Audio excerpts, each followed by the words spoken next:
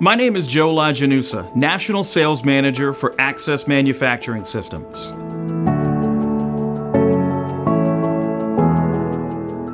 Production, quality, innovative technology. These are just some of the words customers use to describe the Markforged line of office-friendly 3D printers. The desktop series includes the robust and versatile Mark II, which is perfect for low volume, high mix production, and prototyping. Our industrial series includes the X7, ideal for speed and high production output, and the all-new FX20, Markforged's largest composite printer. This beast can produce parts 20 inches high by 15 inches wide and controlled by a 7-inch touchscreen. Starting with our base onyx filament, the composite printers offer a wide range of material options, such as reinforced carbon fiber, Kevlar, and fiberglass, plus fire retardant and high-strength, high-temperature materials as well. The ESD is perfect for electronics assembly, and the all-new Ultim 9085 filament is ideal for aerospace applications. If metal is more your speed, the Metal X bundles provide your facility a complete solution from print to finished part, offering materials such as copper, 17.4 pH stainless, and Inconel 625 to A2, D2, and H13 tool steels. Whether it's challenges with prototyping, production, repair, or supply chain, Markforged can provide the right solution. Let's reinvent manufacturing together.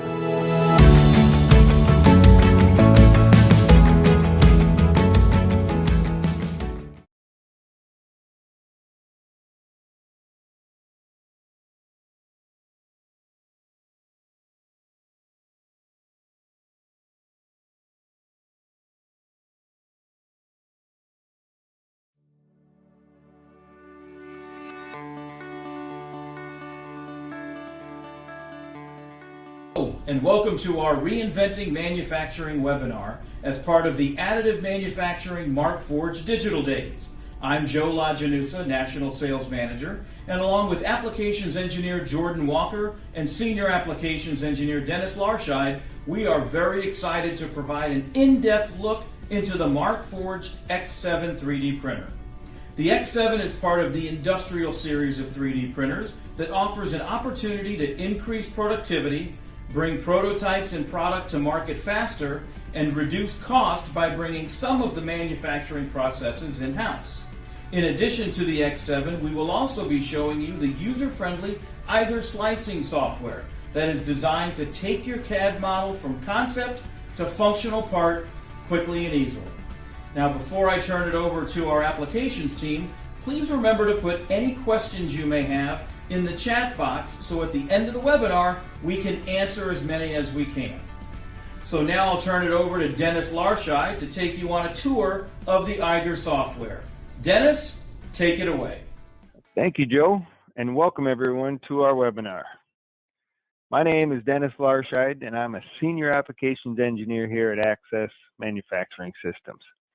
Today I'll be showing you Markforged slicing software called Eiger.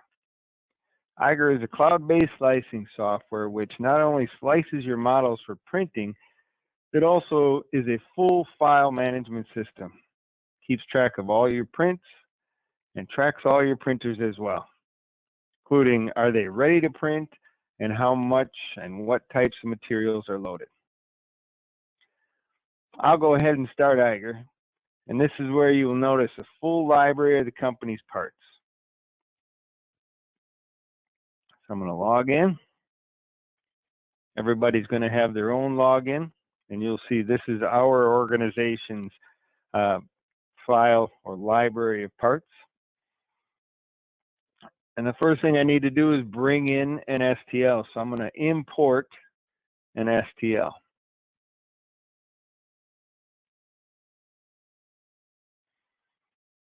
I'm going to select which folder I want to put it in. And there you go. We're ready to start slicing our part. So our first job is which printer do we want to put this on? Desktop series, industrial, or the Metal X. I'm going to pick the Industrial series because Jordan's going to go ahead and print on our X7.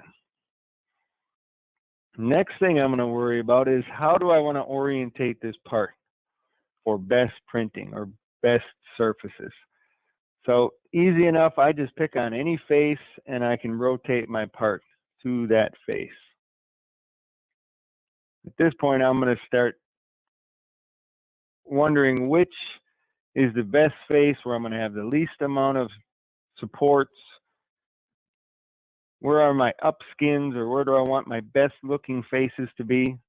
And I think this is a good orientation. If I wasn't completely happy with just picking on a face, you can also do a manual rotation, and then you can just slide any one of these bars to manually rotate or type in the orientation you want. I'm going to go ahead and click that bottom face again, and that's going to be my orientation of this part. My next job is going to be what type of material do I want to use. The X7 will print any one of our composite materials, from onyx to onyx EST to nylon. On this one, I'm going to pick onyx, and I'm just going to click save quickly. So let it do the initial slice before I start talking about the other options in Eiger. So as it's slicing, it's going to give me part time, final mass, plastic volume, and even material cost. So my print time is 2 hours and 49 minutes right now. And as I make changes, that's all going to update as I go. So we basically have 3 columns here in Eiger. If we're going to start using reinforcement, then we'll get a 4th column. But we'll just talk about these first 3 for now. We've basically taken care of everything we're needing to on this first column: material, printer, orientation. I'm going to go to my settings column now, and I've got options for layer height. The nice thing about the X7 is you can go from 0.05 millimeter to 0.25 millimeter, which is also a turbo mode, which is going to get your parts printed much faster. You can change your units. You can change the scale of the part. Do you want to use supports or not? You can edit the angle that the supports get laid down. Depending on how your part is orientated, you may want to change that support angle. And then you've got some subcategory options like raise part, use a brim, expand thin features. And you might see a couple of functions in here that have beta or alpha in parentheses. That's one of the really neat things about Eiger, is because it's cloud-based, it automatically gets updated, and they push anything new straight to your software. It isn't something that you're paying for. It's just automatically updated. But you will see new things that Markforged is coming out with, and they'll start out as alpha, go to beta, and then all of a sudden you've got a full option that you can add to your functionality. Infill is my 3rd column. Now I can pick what type of fill pattern I want. You can make it solid onyx. You can do triangular, hexagon, rectangular, or gyroid. You can control the density of those fill patterns. And then you can also decide if you want more than or less roof and floor layers that are solid onyx, and even your wall layers you can make solid. And then you'll notice here again, we've got another, and this is an alpha version of using an exposed infill option. Now let's go and look at if we wanted to add continuous fiber into this part. I'm back on the General tab, and this is where I can pick if I want to do continuous carbon fiber, Kevlar, fiberglass, high strength, high temp fiberglass. I'm going to go ahead and just pick Kevlar. When I select a reinforcement material, now you see the fourth column pops up. I'm going to click on that fourth column. This is where you control the total number of fiber layers, what is the fill type, isotropic or concentric. And then if you're doing concentric, you can tell it what walls do you want to do it on, outer shell, inner holes only. If you're doing isotropic, you can tell it how many of the outer walls you want to be concentric fiber rings. You can also control the angles that those fiber layers get laid down on. So I'm going to leave it just like it is and hit save, because that's just a starting point for the reinforcement. I've got a lot more control once I go inside the internal view of this part. So we're letting it go ahead and slice. It's updated my print time, my material cost. But now I'm going to go ahead and click on internal view. This is where we can see what's going on inside of this part. Everything's color coded. If I click on visibility, I can go and see what's controlling all those colors. But my supports are going to be purple, and my Kevlar is going to be yellow. So by the default, I told it to do 4 layers on the top, 4 layers on the bottom. And you can see down here at the bottom, we can just drag and drop this anywhere we want. It's going to drop those Kevlar layers where we're telling it to. If we want to add more down on the bottom here, we just drag on our arrow, and it's going to increase the amount of Kevlar being put into my part. Rule of thumb is a little goes a long way. You really don't need a whole lot of continuous carbon fiber or Kevlar in these parts to really give you a lot more strength. From here, I can go ahead and go to my 2D view. Now it breaks it down into every single layer. I've got editing layer 1 of 239, and I can just arrow to each one, and I can see the very bottom, we've got solid onyx. The purple is my supports. As I tab up, there's my infill. Now I've got my solid onyx again prior to it laying down the Kevlar. And then it's going to start laying down Kevlar where it can. Back to solid onyx, back to infill. And we can go right through the whole part. It's pretty neat. You can really analyze exactly what's going to be happening out there on the printer. We can also at this time pick any layer position, and we can go ahead and pause our print at this time. A lot of times we're going to go ahead and drop in a magnet or a nut. So we'll print up to the top of that magnet hole and then pause it, drop in the nut, and then continue with our print, and that nut will be buried in there. The part that Jordan's going to be doing on the X7 is going to have a couple of pauses in it. And I'll open that up before I end this little portion of our webinar. But you can also pick at any point if you want to scan the part. So if you've got questions about that integrity of the part or the size of the part, you can go and tell Iger to pause here and scan the part at this point, which is really nice. I'm going to go and hit save again, and it's going to reslice my part, recalculate my information on the left-hand side, and then I can go to my part view. Now, if I'm ready to print, I go ahead and hit print. Shows me the part directly on my X7 bed. From this point, I can select the exact printer I want to send it to, or I can export the build, put it on a USB drive and walk it over to my printer. But I can also, at this point, add parts.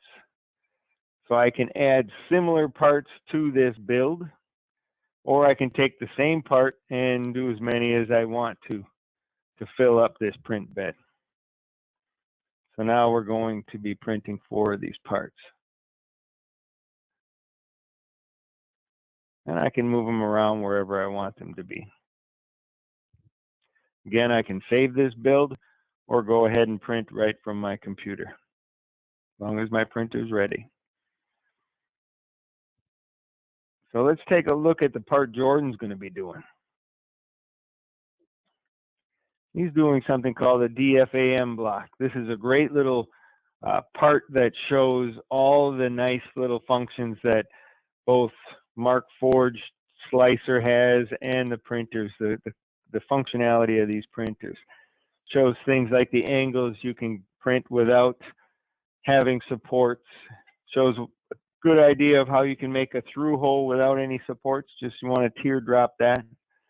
But the other neat thing about this, if I go to my internal view, you'll be able to see those 2 cavities here that we're going to drop in the magnets, and then this cavity over here and this cavity over here that we're going to drop in square nuts. So it might be easier to see in the 2D view. So I'm just going to scroll through here. You can see the squares where the nuts are going to drop in. I see where my first pause is. So after that first pause, you're gonna drop in the nuts, and then it's gonna start printing solid onyx over the top.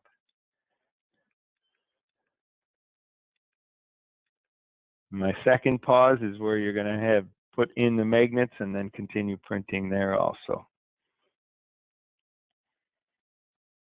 So there's a lot of functionality with this Eiger software, and I just touched on it very quickly, but just to give you a quick idea. Now, like Joe said earlier, if you have any questions, put them in the comments box, and we'll answer those when we're done. And I appreciate your time, and I'm going to hand it back over to Joe. So we're down here now in the print lab. I just want to show you guys how easy it is to insert off-the-shelf hardware. So all we can do is take the print bed off, and if you need to insert your hardware, take it, pop it in, and then we can put the print bed back on. Very reliable, repeatable. It just kind of snaps in there, and then we can hit resume, and it will finish up the print.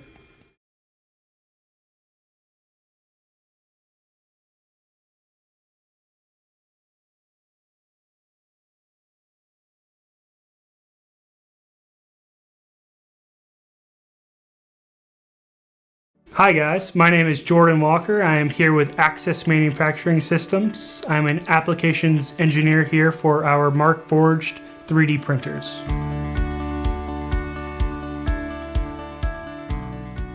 Standing next to me is our X7 industrial 3D printer.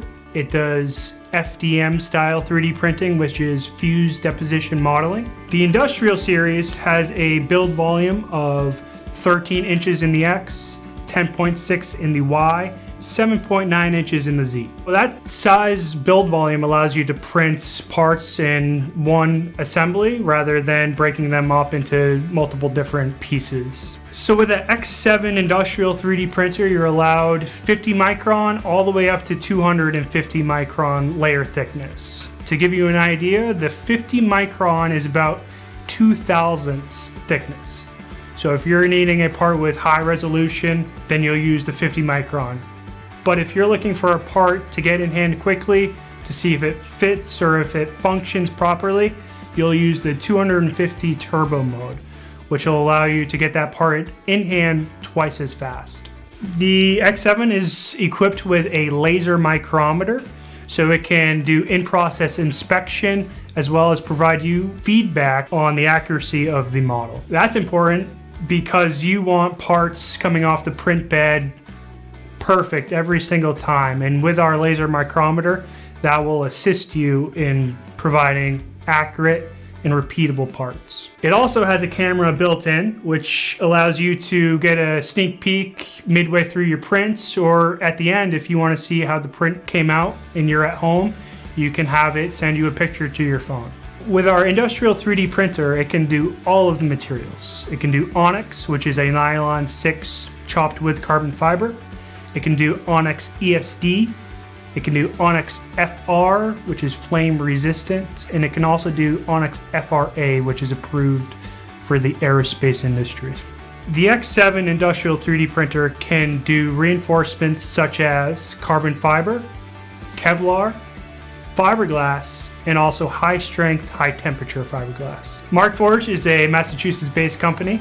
They produce all of the components that go with their printers, the printers themselves, the materials, and the slicing software. The X7 industrial 3D printer would be great for your company if you're looking to print larger models, or if you're looking to reduce your time to market and give you prototypes in hand quicker.